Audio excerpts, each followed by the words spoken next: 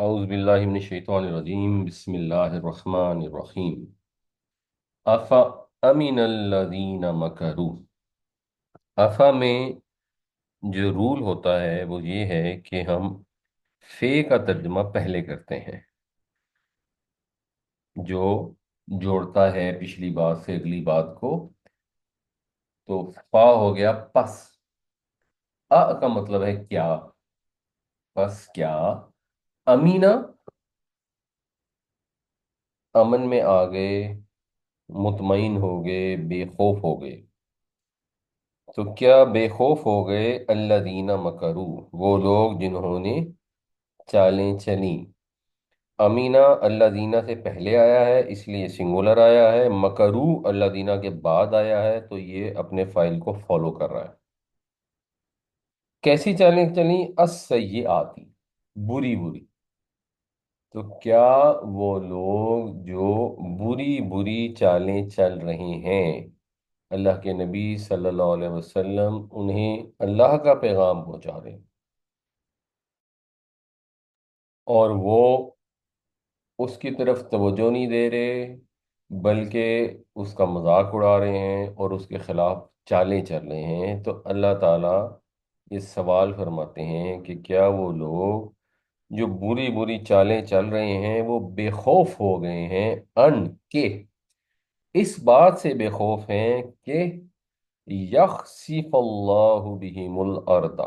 خسفہ یخسف کا مطلب ہوتا ہے کسی چیز کا کہیں دھنس جانا یا کسی کو دھنسا دینا، دونوں مطلب ہوتے ہیں، لازم بھی متعدی بھی۔ پھر وہ دھنس جانے کی سینس میں جب ستارے بے نور ہو جائیں گے اس کے لیے بھی لفظ استعمال ہوتا ہے۔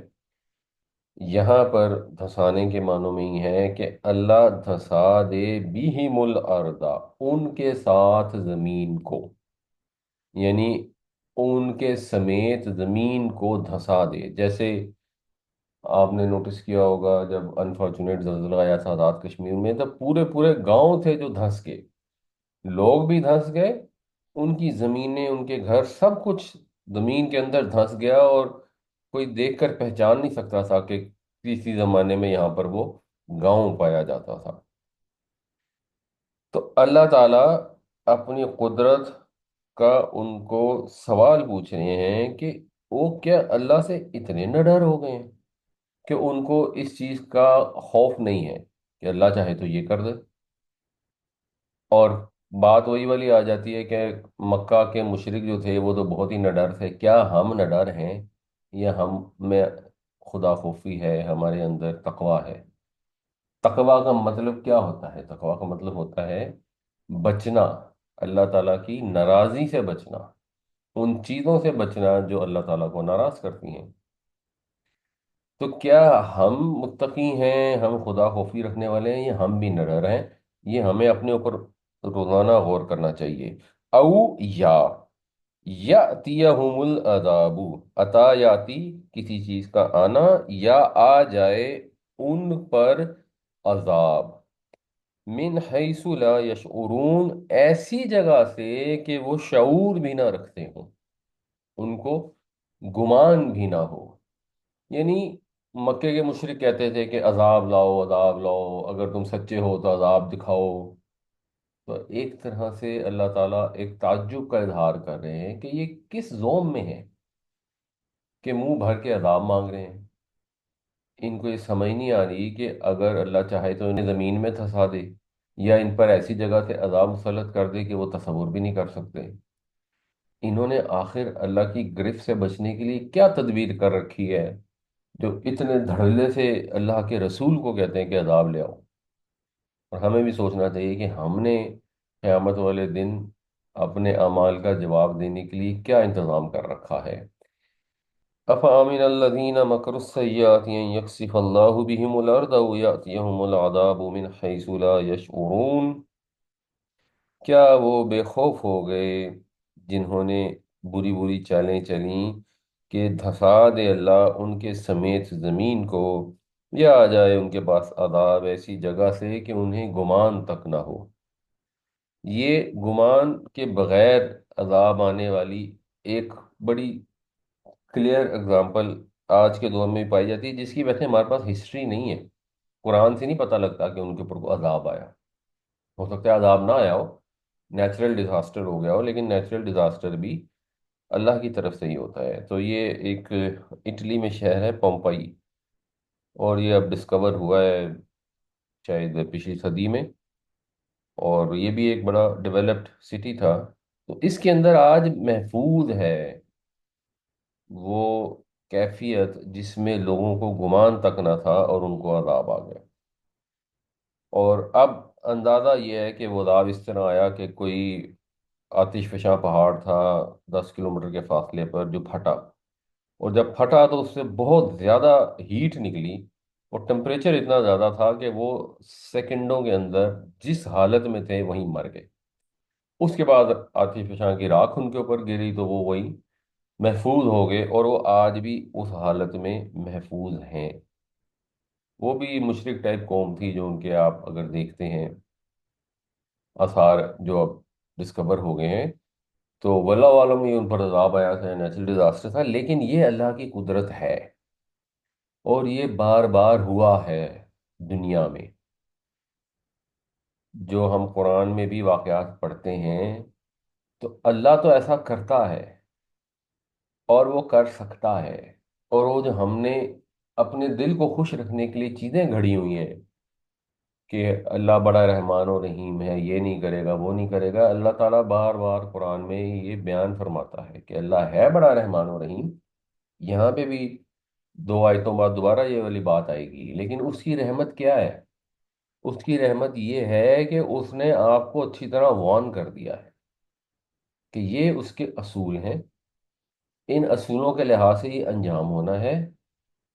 اگر سیدھے رستہ کی طرف چلو گے تو ایک کے بدلے 10 نیکیاں ملیں گی، جتنا انسان کا معاوضہ بنتا ہے اس سے کئی گنا زیادہ ملے گا۔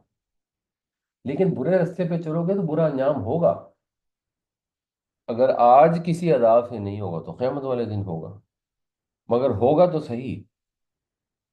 تو یہی اس کی رحمت ہے کہ وہ اپنے اصولوں سے آپ کو باخبر کر رہا ہے۔ اگر ہم سمجھ جائیں تو اپنا فائدہ کریں گے، اور اگر نہیں سمجھیں گے تو اللہ تعالیٰ کا تو کچھ بگاڑ نہیں سکتے۔ او یأخذہم فی تقلبہم، یا وہ پکڑ لیں ان کو ان کے تقلب میں۔ قاف لام بے سے جو قلب بھی ہوتا ہے دل، اس کا مطلب ہوتا ہے کسی چیز کو ایک حالت سے دوسری حالت کی طرف پھیرنا یا پلٹنا۔ اور پھر جو باب تفاعل ہوتا ہے، کیونکہ باب تفاعل کے اندر ایک تکلف پایا جاتا ہے، کسی کام کو ارادے سے کرنا اور خود سے کرنا، جیسے تعلم ہوتا ہے خود علم حاصل کرنا، تو پھر تقلب ہوتا ہے خود چلنا پھرنا، خود آگے پیچھے آنا۔ تو یہاں اس کا مطلب یہ بنے گا کہ یا وہ پکڑ لے ان کو چلتے پھرتے، یعنی وہ اپنی آمد و رفت کے درمیان اپنی مصروفیات میں، کوئی خاتون ہے تو وہ کچن میں چل پھر رہی ہے، آ جا رہی ہے، کمرے میں سے کچن میں جا رہی ہے، کچن سے باہر آ رہی ہے، کوئی آدمی اپنی دکان پہ جا رہا ہے، کوئی کسی سفر پہ جا رہا ہے، اپنے روزمرہ کے کاروبار میں لوگ مصروف ہیں، اس وقت اللہ تعالیٰ ان کو پکڑ لے۔ فما ہم بمعجزین، تو وہ اس کو عاجز نہیں کر سکتے۔ عاجز نہیں کر سکتے مطلب کہ اللہ ان کو پکڑنا چاہے تو وہ آگے سے اس کو عاجز نہیں کر سکتے۔ یہ محاورہ استعمال ہوتا ہے جب کوئی ہرن کو پکڑنے کے لیے صحرا میں یا جنگل میں جاتا ہے اور نہیں پکڑ پاتا، اور ہرن اس کی گرفت سے چھوٹ کر نکل جاتا ہے، تو کہا جاتا ہے کہ ہرن نے ہمیں آج عاجز کر دیا۔ تو مطلب اس کا با محاورہ یہ بنے گا کہ وہ اس کے قابو سے باہر نہیں نکل سکتے۔ او یاخذہم علی تخوف، یا وہ ان کو پکڑ لے ان کے تخوف کے اوپر۔ اچھا، باب تفاعل میں ایک چیز یہ بھی ہوتا ہے کہ آہستہ آہستہ ہونا، جیسے تغیر ہوتا ہے آہستہ آہستہ تبدیل ہو جانا، اور اس میں مبالغہ بھی ہوتا ہے۔ تو خافا، یہ خافو کا مطلب ہوتا ہے کسی آنے والے خطرے کا اندیشہ کرنا۔ تو اگر ان کو بہت زیادہ اندیشہ بھی ہو کسی خطرے کا، خوف کا، جیسے ایک کینسر کا پیشنٹ ہوتا ہے جس کو ڈاکٹر جواب دے دیتے ہیں، تو اب اس کو پتہ ہوتا ہے کہ موت آ رہی ہے، وہ ہر لمحہ موت کو محسوس کر رہا ہوتا ہے کہ اگر 1 یا 2 مہینے کی زندگی باقی رہ گئی ہے، تو وہ روزانہ اس کو فیل آ رہی ہوتی ہے، اور پلس وہ بیماری کی وجہ سے بھی کمزور اور گھل رہا ہوتا ہے، اور اس خوف کی وجہ سے بھی وہ گھلتا چلا جاتا ہے۔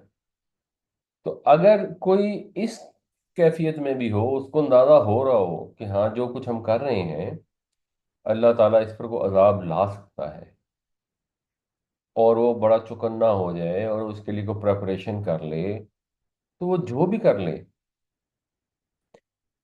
وہ کیا کر سکتا ہے؟ وہ کیسے بچ سکتا ہے؟ وہ اللہ کو عاجز کیسے کر سکتا ہے؟ اس کے قابو سے کیسے نکل سکتا ہے؟ یہ اللہ تعالیٰ کی قدرت ہے، واضح الفاظ میں اللہ تعالیٰ بیان فرما رہے ہیں۔ اب مشرک قوموں نے اس پہ توجہ نہیں دی بہت دفعہ، بلکہ زیادہ تر، تو ٹھیک ہے ان کی مرضی۔ ہمیں اپنے آپ کو دیکھنا چاہیے کہ ہمیں اللہ تعالیٰ جب یہ ڈرا رہے ہیں تو ہم اس پر توجہ دیتے ہیں کہ نہیں دیتے۔ اور اللہ تعالیٰ اگر چاہتے لوگوں کو سزا دینا تو روئے زمین پر کوئی زندہ نہ رہتا، یہ بھی آج کی کلاس میں انشاءاللہ آئے گا۔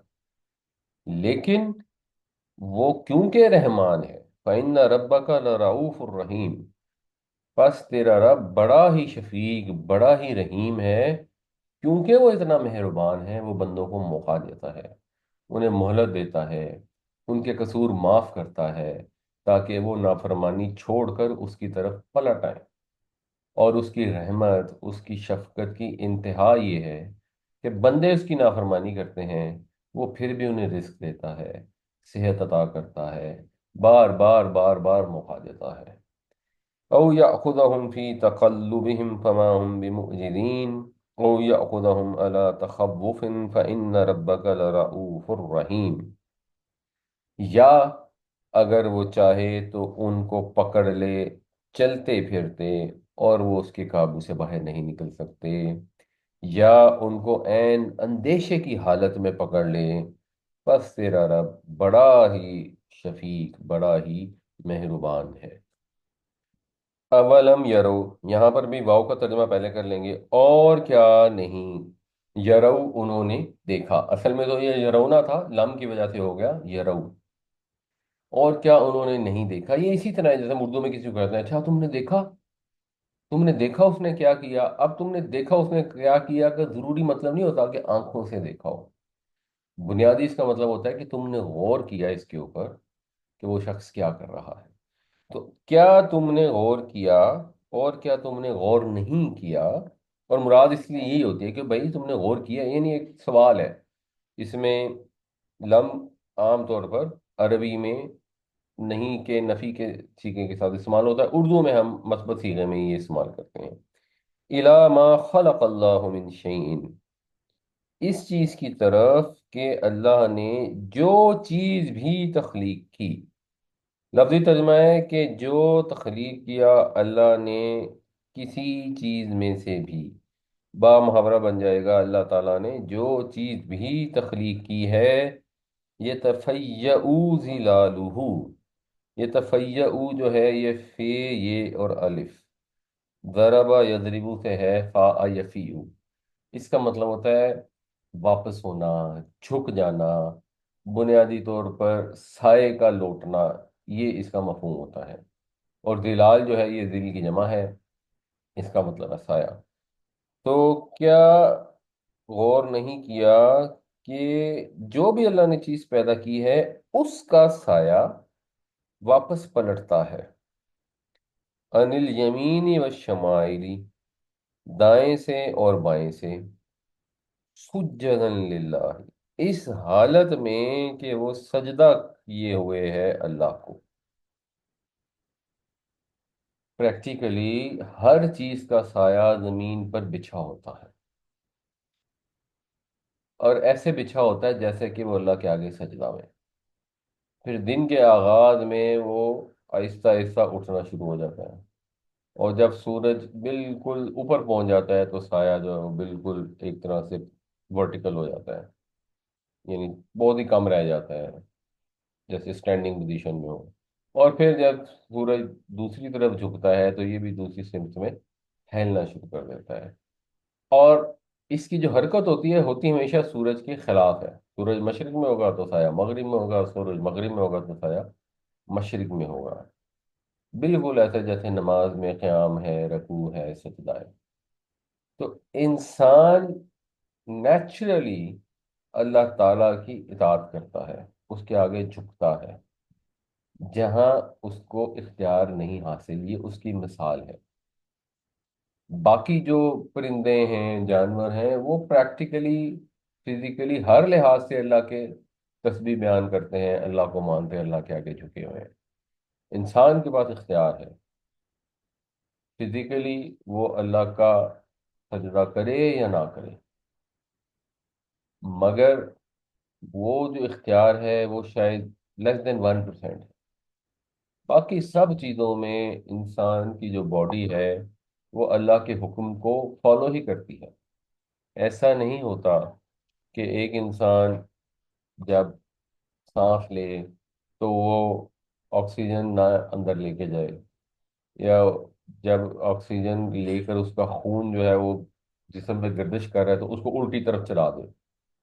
جیسے جیسے اللہ تعالیٰ نے سسٹم اس کے ڈیزائن کر دیے انہیں کو فالو کرتا ہے۔ جو لوگ خوشی خوشی اپنے رب کو سجدہ کرتے ہیں، ان کا وہ ارادے کا جو سجدہ ہے وہ ان کی فطرت کے سجدے کے ساتھ میچ کر جاتا ہے۔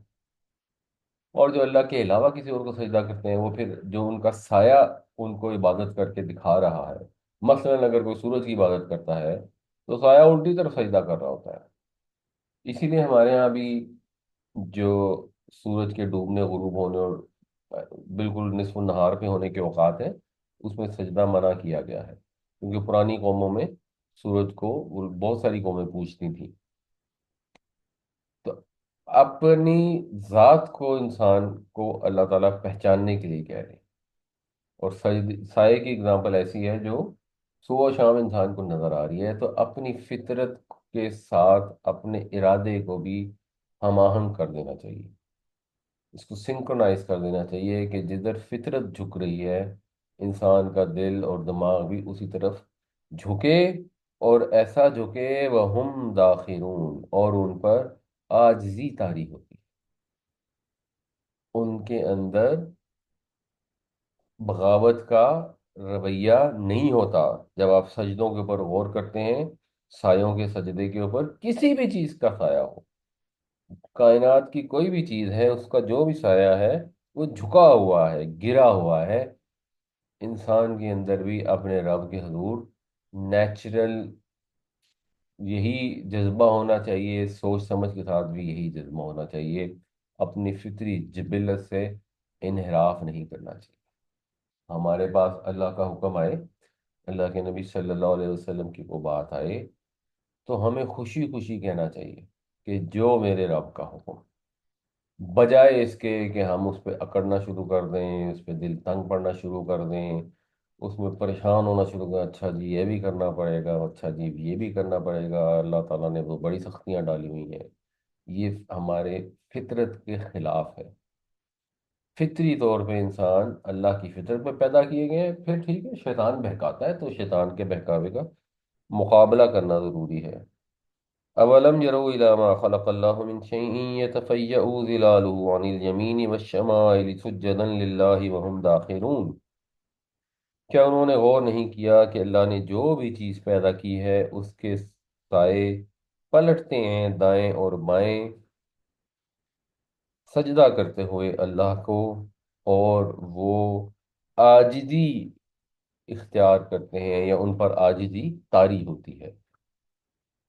وَلِلَّهِ يَسْجُدُ مَا فِي السَّمَاوَاتِ وَمَا فِي الْأَرْضِ، اور اللہ ہی کو سجدہ کرتا ہے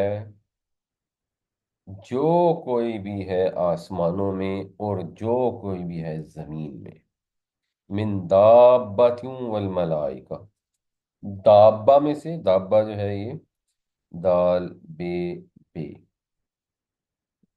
اس کا مطلب ہوتا ہے زمین پر رینگنا، تو اس سے پھر فائل بنتا ہے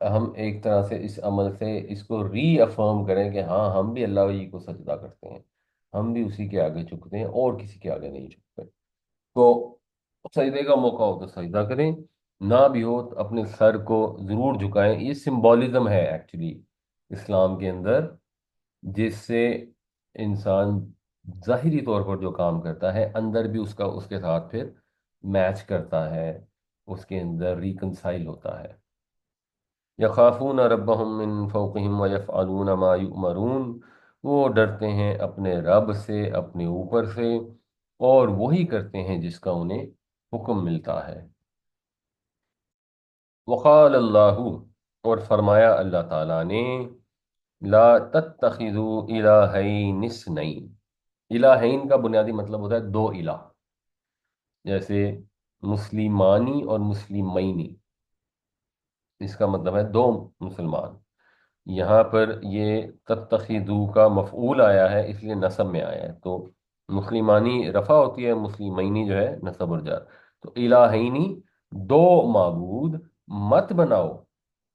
اب دو معبود مت بناؤ، یہ الہین کے مطلب میں شامل ہے، پھر آگے اسنین آ گیا دوبارہ، اور اسنین کا مطلب بھی دو ہے۔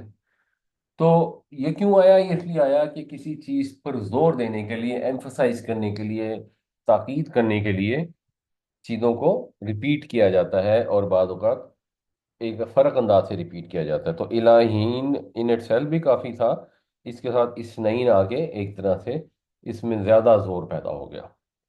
تو ہرگز دو معبود نہ بنانا، انما ہوا الہ واحد، وہ تو بس، انما کا مطلب ہوتا ہے محض، بس، صرف ایک ہی معبود ہے، وہ ایک ہی معبود ہے۔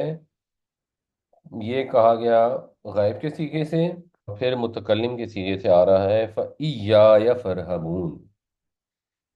فرہبون میں رہبہ کا مطلب ہوتا ہے کسی چیز سے ڈرنا اور ساتھ ساتھ بچنا، تو یہ باب سمیہ سے ہے، رہیبہ یرہبو، تو یہ رہیبہ یرہبو سے ہو گیا یرہبونا، یرہبونا، وہ ڈرتے ہیں۔ اس سے جب آپ بنائیں گے فعل امر تو وہ بن جائے گا ارہبو، جزم آ جائے گی تو نون ختم ہو جائے گی، تو ارہبو کا مطلب ہو گیا تم ڈرو۔ اس کے پیچھے فعل لگ گیا تو وہ، کیونکہ یہ حمزہ وصلی ہوتا ہے تو یہ ختم ہو جائے گی، فرہبو ہو جائے گا۔ تو پس ڈرو، پھر ہے فرہبو نی، نی اصل میں تھا پس ڈرو مجھ سے، یعنی اس میں یہ ایڈ ہونا تھا، اور فرہبو یہ تو نہیں ہو سکتا، وہ مشکل ہو جاتا پڑھنا، تو اس کے اندر ایک نون ایڈ کر دی جاتی ہے، تو یہ ہو گیا فرہبونی۔ اور بعض اوقات یہ جو یہ ہوتی ہے یہ گرا دی جاتی ہے، تو اب سانس لیں گے تو ہم پڑھیں گے فرہبون، لیکن یہ جو نون ہے یہ شو کر رہی ہے کہ اصل میں یہ فرہبونی ہے، مجھ سے ڈرو، اس میں بھی ایمفسس ہے۔ اور وہ کیا ہے کہ اس کو پیچھے بھی لایا گیا، یا جس طرح ہم سورہ فاتحہ میں پڑھتے ہیں نا، یعنی اصل میں وہاں لفظ تھا نعبدو کا، ہم تیری عبادت کرتے ہیں، تو اس کا کو پیچھے لے آتے ہیں تو یہ بن جاتا ہے کا نعبدو۔ اب کا نعبدو جو ہے یہ پڑھا نہیں جا سکتا، تو اس کے شروع میں ایک یا لگا دیا جاتا ہے، یا کا ویسے خود کو مطلب نہیں ہوتا، تو یا کا نعبدو، ہم تیری عبادت کرتے ہیں، بلکہ تیری ہی عبادت کرتے ہیں۔ تو فَإِيَّايَ فَارْهَبُوا، بس میری سے ہی ڈرو، اور اس کے بعد پھر دوبارہ فا آ گئی۔ یہ پھر دو فا جو ہیں یہ گرامیٹیکلی اس کا مطلب یہ ہے کہ وہ ایک شرط ہے اور اس کا جواب ہے، یعنی اللہ ہی ہے جو عبادت کے لائق ہے، تو وہ میں ہوں۔ پھر ایک سوال ہے جو یہاں لکھا ہوا نہیں ہے کہ اگر کسی سے ڈرنا ہے تو مجھ سے ڈرو، کسی اور سے نہیں ڈرنا۔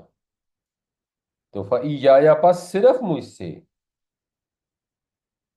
اور اگر کسی سے ڈرنا ہے تو بس مجھ سے ڈرو، تو یہ دو دفعہ فا آیا اور دو دفعہ متکلم آیا، اس سے ایکسٹریم ایمفسس ہے، آسان الفاظ میں یہ سمجھ لیں۔ وقال اللہ لا تتخذوا الہین اثنین انما هو الہ واحد فإیایا فرہبون۔ اور اللہ نے فرمایا مت بناؤ دو معبود، وہ ایک ہی معبود ہے، پس مجھ ہی سے ڈرو۔ اب پھر دوبارہ غائب کی صیغے میں چلے گئے، وَلَهُ مَا فِي السَّمَاوَاتِ وَالْأَرْضِ، اور اسی کے لیے ہے جو کچھ آسمانوں میں ہے اور زمین میں ہے۔ تو یہ جو صیغہ چینج ہوتا ہے، غائب سے حاضر، حاضر سے متکلم، یہ خطاب کا سٹائل ہے۔ جس طرح کوئی تقریر کر رہا ہوتا ہے تو تقریر کرتے ہوئے کہتا ہے کہ اے دشمن سن لے، تیرا کس قوم سے پالا پڑا ہے۔ اب کس قوم سے پالا پڑا ہے غائب کا صیغہ ہے۔ پھر وہ کہتے ہیں ہم تو وہ ہیں جنہوں نے پہاڑوں کے دل چیر دیے، اب وہ ہم تو وہ ہیں، اس میں متکلم کا صیغہ آ جاتا ہے۔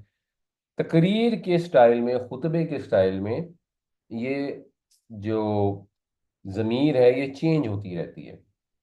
تو یہ عبارت کی ایک خوبصورتی ہے، اور قرآن شریف میں بھی اکثر چینج ہوتی ہے، اور اس کو سمجھنا بھی چاہیے، اور بعض اوقات اس کو نہ سمجھنے کی وجہ سے مطلب میں بڑے مسائل بھی پیدا ہو جاتے ہیں۔ اور اسی کے لیے جو کچھ ہے آسمانوں میں زمینوں میں، واللہ الدین، اور اسی کی ہے اطاعت۔ دین کے مطلب کئی ہوتے ہیں، ایک مطلب ہوتا ہے اطاعت، اور اسی کی ہے اطاعت واصباً، ایسی اطاعت جو واصب ہو۔ واصب جو ہے یہ اب آپ دیکھ کے پہچان سکتے ہیں، واؤ سواد اور بے سے ہے۔ وسبا یسیبو کا مطلب ہوتا ہے پرماننٹ ہونا، دائمی ہونا، ہمیشہ ہونا۔ تو اسی کی اطاعت ہمیشہ لازم ہے۔ آسمان زمین میں جو کچھ ہے اللہ کا ہے، تو اللہ ہی اطاعت کا حقدار ہے، اور ہمیشہ ہی اس کی اطاعت ہونی ہے، یعنی دنیا میں بھی اس کی اطاعت کرنی چاہیے اور آخرت میں بھی اسی کی اطاعت ہوگی۔ اس لیے اس سے ڈرو کہ ابھی اس نے تمہیں ذرا سا اختیار دیا ہوا ہے، آخرت میں وہ ذرا سا اختیار بھی نہیں رہے گا۔ تو ڈرنا ہے تو صرف اللہ سے ڈرنا ہے۔ افغیر اللہ تتقون، کیا تم اللہ کے سوا کسی سے ڈرتے ہو؟ یعنی کیسی بے وقوفی کی، کیسی حماقت کی بات ہے، کیسی جہالت ہے اگر تم اللہ کے سوا کسی سے ڈرنا شروع کر دو۔ وَلَهُ مَا فِي السَّمَاوَاتِ وَالْأَرْضِ وَلَهُ الدِّينُ وَاصِبًا أَفَغَيْرَ اللَّهِ تَتَّقُونَ، اور اسی کے لیے ہے جو کچھ آسمانوں اور زمین میں ہے، اور اسی کی اطاعت ہمیشہ کے لیے ہے، تو کیا تم اللہ کے سوا کسی سے ڈرتے ہو؟ کیا تم غیر اللہ سے ڈرتے ہو؟ تو یہ جو کیا ہے، یہ استفہام ہے، اور اس کے اندر وہ انداز ہے کہ تم کیسے بے وقوف ہو، کیسے کم عقل ہو۔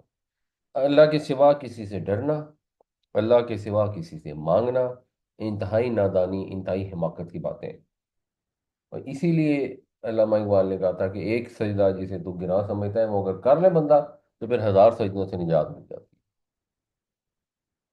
وَمَا بِكُم مِّن نِّعْمَةٍ فَمِنَ اللَّهِ، اور جو بھی تمہارے پاس نعمت ہے پس وہ اللہ ہی کی طرف سے ہے۔ یعنی انسان کو یہ توحید کی واضح نشانی بتائی جا رہی ہے کہ یہ جو بھی نعمتیں تمہیں ملی ہیں، یہ کدھر سے آئی ہیں، یہ کس نے دی ہیں؟ یہ کون سی ہستی ہے اللہ کے سوا جو تمہیں یہ نعمتیں دیتی؟ کون ہے جس نے تمہارے لیے زمین سے غلہ اگایا ہے؟ کون ہے جس نے تمہیں پینے کے لیے پانی دیا ہے؟ کون ہے جو تمہیں آکسیجن فراہم کرتا ہے؟ کون ہے جو سورج کی روشنی تمہیں مہیا کرتا ہے، سورج کی دھوپ تمہیں دیتا ہے، تمہیں ہوا ملتی ہے، تمہیں ایسے ٹمپریچر ملتے ہیں جو معتدل ہیں، جن کے اندر تم آسانی سے رہ سکتے ہو، بہت زیادہ سردی نہیں ہے، بہت زیادہ گرمی نہیں ہے؟ وہ کون سی ہستی ہے؟ تو ایک ہی ہستی ہے۔ جب وہ ایک ہی ہستی ہے تو اس کے سوا کسی اور سے کیسے ڈر سکتے ہو؟ اس کے سوا کسی اور سے کیسے مانگ سکتے ہو؟ انسان اگر غور کرے، اپنے آپ پر ہی غور کر لے، ہم نے ایک دفعہ ڈسکس کیا تھا کہ انسان کی آنکھ میں جو ہر وقت پانی رہتا ہے، آنسو سے رہتے ہیں، وہ کتنی بڑی نعمت ہے۔ وہ اتنے اسٹرانگ اس کے اندر کیمیکلز ہیں کہ وہ کئی چیزوں کو گلا دیں، جس کی وجہ سے جو آنکھ میں جراثیم ہے یا بیکٹیریا ہیں وہ ختم ہو جاتے ہیں، لیکن آنکھ کو کوئی نقصان نہیں پہنچتا، حالانکہ وہ جسم کا نازک ترین حصہ ہے۔ بٹ وہ ایسا اس کی کمبینیشن ہے، اور انسان کے اندر ہی وہ کیمیکل پروڈیوس ہوتا ہے، پھر وہ آنکھ تک پہنچتا ہے۔ اور ایسے خوبصورت طریقے سے پہنچتا ہے کہ کسی کو نظر نہیں آتا، پوری پائپنگ ہے جو آنکھ تک آ رہی ہے، لیکن وہ ساری کنسیلڈ پائپنگ ہے، اور پھر آگے اس کی ڈرینیج ہے، وہ آنکھ میں سے گزر کر اور وہ ریچ فریش ہوتا رہتا ہے، چینج ہوتا رہتا ہے، تو پچھلا پانی جو ہے وہ ناک میں سے ہوتا ہوا انسان کے پیٹ کے اندر چلا جاتا ہے اور محسوس تک نہیں ہوتا۔ اور جب انسان کو کوئی پرابلم ہو جائے یا ایج کی وجہ سے اس کی آنکھیں ڈرائی ہونا شروع ہو جائیں، تب جا کے پتا لگتا ہے کہ اچھا یہ بھی ایک سسٹم تھا۔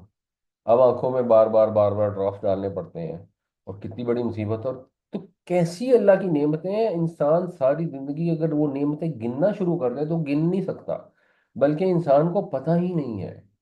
سائنس کی اتنی ترقی کے باوجود بے شمار انسان کے جسم کے اندر جو اللہ کی نعمتیں ہیں وہ ابھی ریسنٹلی ڈسکور ہوئی ہیں، اور بے شمار ہیں جو ڈسکور ہی نہیں ہوئی۔ کیسے انسان کی باڈی فنکشن کرتی ہے، تو یہ کس نے دی ہے باڈی؟ کس نے یہ تخلیق کی ہے؟ جب یہ تخلیق کی ہے اللہ نے، تو کوئی کسی اور کو کیسے پکار سکتا ہے جب اس کو کوئی تکلیف پہنچتی ہے یا جب اس کو کوئی ضرورت ہوتی ہے، تو وہ کیسے کسی اور سے مانگ سکتا ہے؟ اسباب کے ذریعے کسی سے مانگنا، اس کی لوگ بعض اوقات دلیل بنانے کی کوشش کرتے ہیں، ہاں اچھا جی ہم کسی سے امیر آدمی سے بھی مانگتے ہیں۔ امیر آدمی کی کیا حیثیت ہے جس سے ہم مانگتے ہیں؟ کیا اس کا کمپیرزن ہے خالق کائنات سے؟ وہ تو ایک اسباب ہم نے استعمال کرنے ہوتے ہیں، وہ ہم کھڑے ہوئے ملازم سے بھی مانگ لیتے ہیں، اپنے بچے سے بھی مانگ لیتے ہیں کہ چلو پانی دے دو، یہ دے دو۔ وہ مانگنا، اور اس مانگنے میں جو بغیر اسباب کے مانگا جاتا ہے، وہ تو اللہ نے کسی کو اختیار دیا ہی نہیں۔ اور ضرورت ہی کیا ہے کسی سے مانگنے کی جب ایک خدا ہے جس نے ہر نعمت دی ہے؟ اگر مثال کے طور پہ، گنتی سے باہر ہے بٹ مثال کے طور پہ گننے کے لیے ہم کہہ دیں کہ اس نے 99 کروڑ نعمتیں دی ہیں، اور ایک نعمت مزید چاہیے۔ 99 کروڑ نعمتیں اللہ نے دے دی، اب آپ کو ایک بیٹا بھی چاہیے، تو بیٹا مانگنے کے لیے داتا صاحب کے پاس چلے جائیں گے؟ جس نے 99 کروڑ نعمتیں دی ہیں اس سے مانگتے ہوئے کیا تکلیف ہوتی ہے یا کیا سینس بنتی ہے کہ اس کے سوا کسی سے جا کے مانگو؟ وہ شرک ہے، گناہ ہے، مشرک جہنمی ہو، وہ تو بعد کی بات ہے، کامن سینس کا سوال ہے۔ ایک آدمی ہے، وہ معذور ہے، کوئی اس کا امیر آدمی ہے، وہ اس کے سارے وہ پورے کرتا ہے، تو کامن سینس ہے اس کو سب کچھ ملا ہوا ہے، تو اس کو کوئی ایک چھوٹی موٹی چیز چاہیے، تو وہ جو چھوٹی موٹی چیز چاہیے اس کے لیے وہ اس امیر آدمی سے مانگنے کے بجائے اس کے کسی نوکر سے جا کے مانگنا شروع کر دے جو خود اس امیر آدمی سے مانگتا ہے۔ کیسی احمقانہ بات ہے! دنیا میں کسی بھی ہستی سے انسان کوئی بھی چیز مانگے وہ تو خود مانگتا ہے۔ سب کے سب اللہ کے حضور فقیر ہیں، اللہ غنی ہے، ہم سب فقیر ہیں۔ ہم میں کوئی امیر ہے، کوئی غریب ہے، کوئی نیک ہے، کوئی بد ہے، سب اللہ کے حضور مانگنے والے ہیں، سب اس سے ڈرنے والے ہیں۔ تو جب جس سے مانگ رہے ہیں وہ خود اس سے مانگ رہا ہے، تو ڈائریکٹ مانگنے میں کیا مسئلہ ہے جب اس نے کہا ہے مجھ سے مانگو؟ وَإِذَا سَأَلَكَ عِبَادِي عَنِّي فَإِنِّي قَرِيبٌ أُجِيبُ دَعْوَةَ الدَّاعِ إِذَا دَعَانِ، جب آپ سے پوچھتے ہیں میرے بندے میرے متعلق، تو میں تو قریب ہوں، میں قبول کرتا ہوں پکارنے والے کی پکار کو جب وہ مجھے پکارتا ہے۔ قرآن شریف میں یہ موضوع اتنی دفعہ آیا ہے کیونکہ یہ جو مانگنے والا کام ہے، یہ تو بنیاد ہے شرک کی۔ یا یہ جو کانسیپٹس ہیں کہ ہم وہاں پہنچیں گے تو فلاں پیر فلاں بزرگ فلاں نبی ہمیں بچا لیں گے اللہ کے عذاب سے، یہ بیس اور یہ جڑ ہے جس سے شرک پیدا ہوتا ہے۔ بنیادی طور پر انسان اپنے نفس کو فالو کرنا چاہتا ہے، جب فالو کرنا چاہتے ہیں اندر سے گلٹ اٹھتی ہے کہ قیامت والے دن کیا ہوگا، پریشانی ہوتی ہے، راتوں کو نیند نہیں آتی، پھر وہ اس کا حل ڈھونڈتا ہے۔ اس کا صحیح حل تو یہ ہے کہ اپنے اعمال درست کر لیں، اللہ پہ توبہ کر لیں۔ وہ بہترین حل ہے جو صحابہ کا طریقہ کار تھا اسلام لانے کے بعد۔ وہ حل نہیں کرنا چاہتا، وہ کہتے ہیں نہیں، یہ جو میں غلط کام کر رہا ہوں اس کا نشہ جو ہے نا یہ بہت مشکل ہے اس کو چھوڑنا، تو پھر وہ دوسرے حل تراشتا ہے۔ کبھی کہتا ہے اللہ رحمان رحیم ہے، وہ تو مجھے معافی کر دے گا، میں جو مرضی کرتا پھر وہ بے وقوفی۔